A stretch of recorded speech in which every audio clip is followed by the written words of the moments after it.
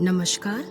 आज मैं आपको चैत्र मास के कृष्ण पक्ष की पाप मोचनी एकादशी व्रत कथा सुनाने जा रही हूँ। बोली विष्णु भगवान की जय। यह चैत्र मास के कृष्ण पक्ष की एकादशी है।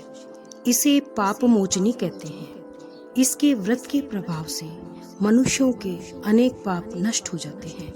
कथा। प्राचीन काल में एक चैत्र रथ नामक वन था। उसमें अप्सराएं वास करती थी।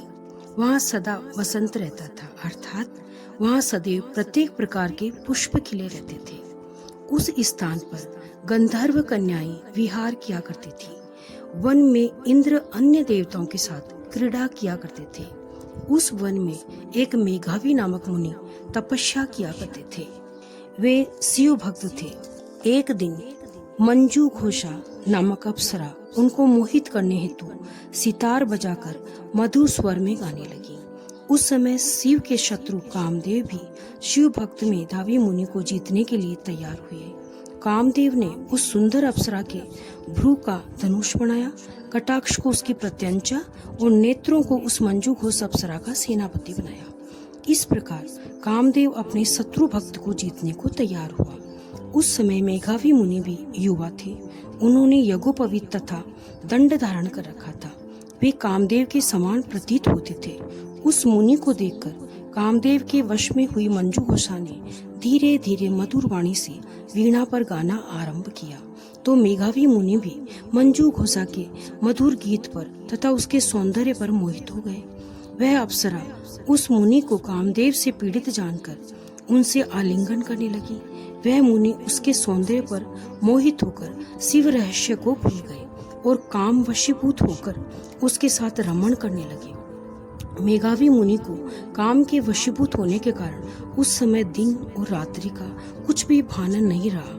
बहुत समय तक रमण करते रहे। तदुपरांत मंजू घोषा उस मुनि से बोली, हे मुनि, अब मुझे बहुत समय हो गया है, अतः स्वर्ग जाने की आज्ञा दीजिए। उस अप्सरा के ऐसे वचनों को सुनकर मुनि बोले, हे सुंदरी, तू तो आज इसी संध्या को आई है, अभी प्रातः काल तक ठहरो। मुनि के ऐसे वचनों को सुनकर अप्सरा उसके साथ रमण करने लगी और बहुत समय व्यतीत हो गया। फिर उसने मुनि से कहा, हे देव, अब आप मुझे स्वर्ग जाने की आज्ञा दीजिए। मुनि बोले, अभी तो किंचित समय भी नहीं हुआ है, अभी कुछ देर ठहरो। इस पर अप्सरा बोली, हे मुनि, आपकी रात्रि तो लंबी है, अब आप सोचिए कि मुझे आपके साथ कितना समय हो गया है। उस अप्सरा के वचनों को सुनकर मुनि को ज्ञान हुआ कि वे समय का विचार करने लगे। जब रमण करने के उनका प्रमाण 57 वर्ष 7 माह और 3 दिन ज्ञात हुआ, तो वे उस अप्सरा को काल का रूप समझने लगे और वह अत्यंत क्रोधित हुए और तप नाश करने वाली अप्सरा को श्राप दिया कि तू पिशाचनी हो जा। मुनि के क्रोध युक्त श्राप से वह पिशाचनी हो गई। तब वह बोली, हे मुनि, अब मुझ पर क्रोध को त्याग कर प्रसन्न हो जाओ और इस श्राप का निवारण कीजिए। तब मुनि को शांति मिली और श्राप से मुक्ति का मार्ग बताया कि चैत्र मास के कृष्ण पक्ष की एकादशी अर्थात पाप मोचनी एकादशी का विधि पूर्वक व्रत करने से तू पिशाचनी की देह से मुक्त हो जाएगी। ऐसा कहकर मुनि अपने पापों से प्रायश्चित के लिए अपने पिता चमन ऋषि के पास गए। चमन ऋषि अपने पुत्र मेघावी को देखकर बोले, रे पुत्र, तूने ये क्या किया?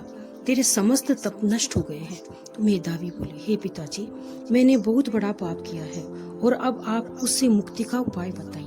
चमन ऋषि बोले, तुम चैत्र मास के कृष्ण पक्ष की पाप मोचनी नामक एकादशी का विधि एवं भक्ति पूर्वक व्रत करो, इससे तुम्हारा समस्त पाप नष्ट हो जाएगा।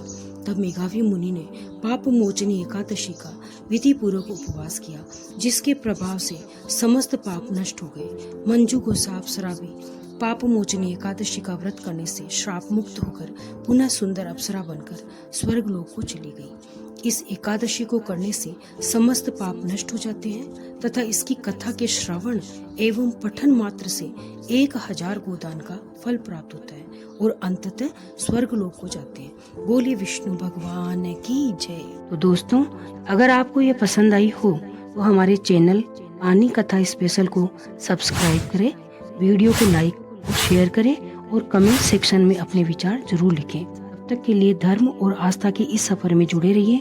जय श्री हरि।